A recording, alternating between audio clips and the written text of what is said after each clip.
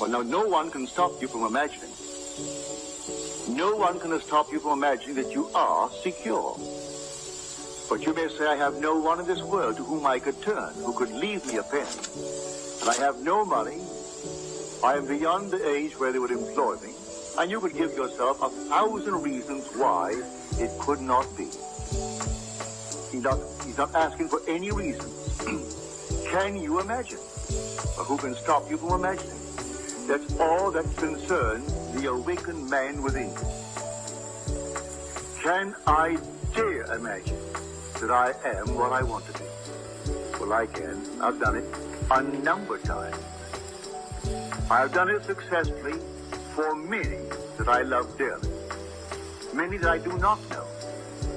I have failed often too, but the failure is in me. It is not in the law. Imagination plus faith is the stuff out of which we make the world.